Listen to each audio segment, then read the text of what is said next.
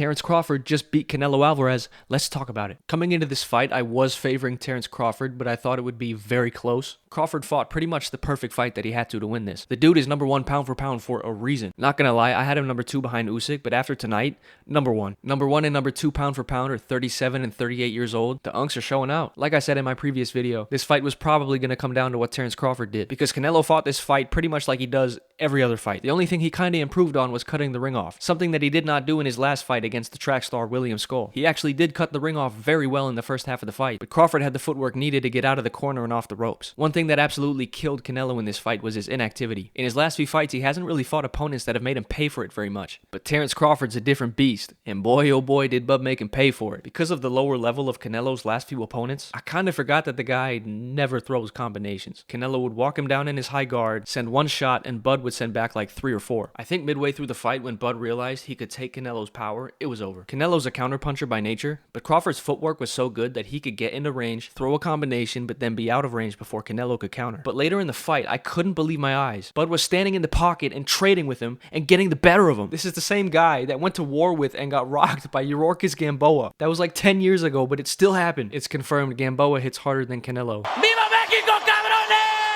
The biggest question coming into this fight was, could Crawford deal with Canelo's power? And he dealt with it pretty well. There was the odd shot here and there that looked like it stung him, but for the most part, he was never in any real danger. In fact, it got to a point where he was so confident that Canelo couldn't hurt him that he was just standing in the pocket and catching and shooting and catching and shooting. His counterpunching was next level, and Canelo had no idea how to deal with it. There were points later in the fight where Canelo looked visibly frustrated. Shit, I would be too if I was getting lit up like that. And I noticed that similar to the Bivol fight, Canelo struggles to make adjustments when he's behind. I guess this is just how he fights now. He does the same thing, and if it doesn't work, he just cruises to a decision loss. If you didn't already before, I think it's time to talk about Crawford as one of the greatest of all time. He's definitely up there with the Sugar Ray Leonards and Marvin Haglers and Rolly Romeros. Look at that shoulder roll. Elite. Brother beat his shadow by split decision. Terence Crawford has nothing left to prove, and if he decides to retire, I legitimately think he has entered himself into the greatest of all time conversation. But if he does decide to keep going, the only 2 fights I really see left for him are Virgil Ortiz and Boots Ennis. And as for Canelo, I really only want to see the monster David Benavidez. I could realistically actually see them both retiring now, but really, who knows? I'm actually genuinely interested to see what you guys think is next for both guys, so be sure to let me know what you think in the comments, and also what you thought about the fight.